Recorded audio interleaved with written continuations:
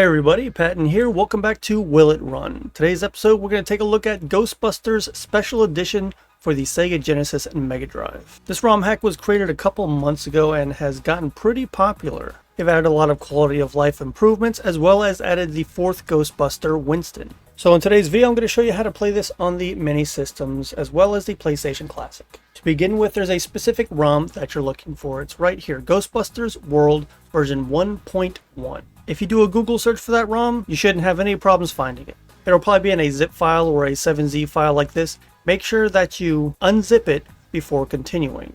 The actual file we're going to patch is the MD file. I'll have a link in the description to the patch file, as well as to a program called Lunar IPS. I've been using this program for a long time. It's very easy to use and it gets the job done. So to patch your copy of Ghostbusters, open up Lunar IPS. Click on Apply IPS Patch. Navigate to the folder where your patches are. Pure is for speed running. So we're going to select Ectoplasm IPS. Now it's asking for the location of the ROM file. We have it right here. Make sure you're clicking the MD version, not the zipped version. And that's all there is to it. Just a couple clicks and you're done. For the PlayStation Classic, we're using a program called Autobleem. I'll have a video in my description on how to use that with your PlayStation Classic. It's actually really simple. You open up your Sony drive, go to your ROMs folder. Scroll down to your Genesis folder, and you can just copy and paste the ROM directly here. Safely remove the flash drive from your computer, plug it into the system, and boot it up. For the other mini systems, we're using a program called Hakchi CE. And once again, if you need assistance getting those to run, I will have a how-to video on how to mod your mini. If you're on the Sega Genesis Mini like we have here, this will run with the native M2 Engage emulator. But if you don't want to run it with that emulator, or you're on the NES or SNES Classic, there's a couple extra steps you have to do. First, we're going to go to the Modules tab, and to the KMFD Mod Hub. Go to the KMFD RetroArch tab, select whichever version of RetroArch you want, click Download Module.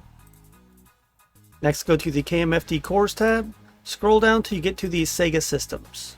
You have a couple to choose from here. You have Picodrive or Genesis Extreme GX. The game will run with either one of those, at least it did in my testing, so it should be fine no matter which one you pick.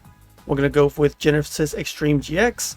Once again, download module. Now we can close the Mod Hub, go back to your Modules tab, install extra modules. Put a check mark next to the Genesis core you chose, and RetroArch, click OK at the bottom.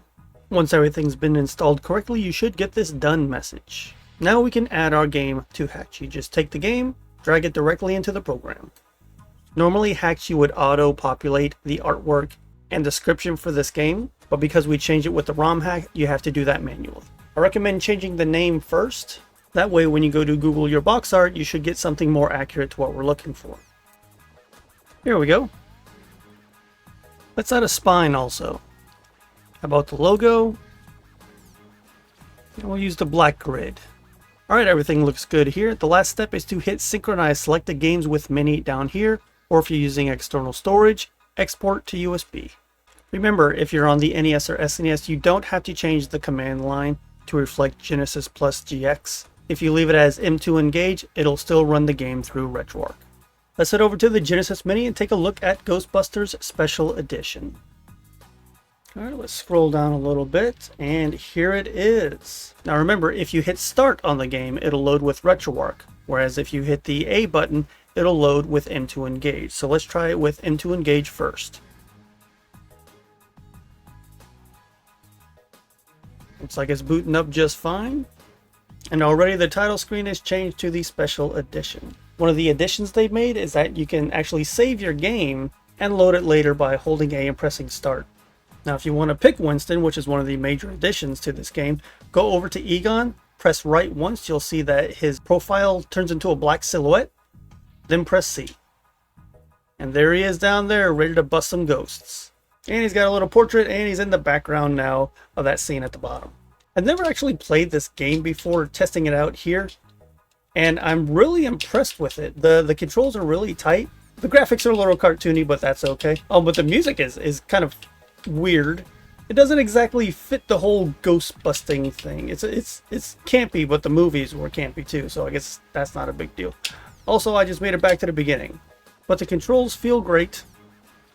The sound doesn't feel off at all. There are other difficulty options, including, I think it's called an extreme mode. Did Slimer just help me?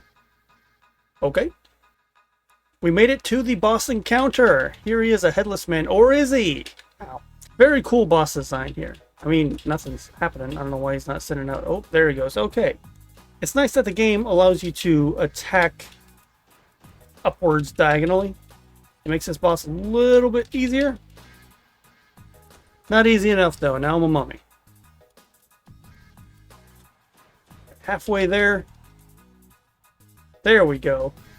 And I was really surprised at this part. I didn't think you'd actually be catching the ghosts after beating them. And it's not that hard. Oh, it's a little hard. Just bring them over to the trap. And we've got it. And there you have it, Ghostbusters Special Edition running just fine on the minis. If you're having any issues getting this working, you can go to the Rockin' the Classics Discord or subreddit for help. And that's it for me. As always, thank you guys so much for watching, and I'll see you next time.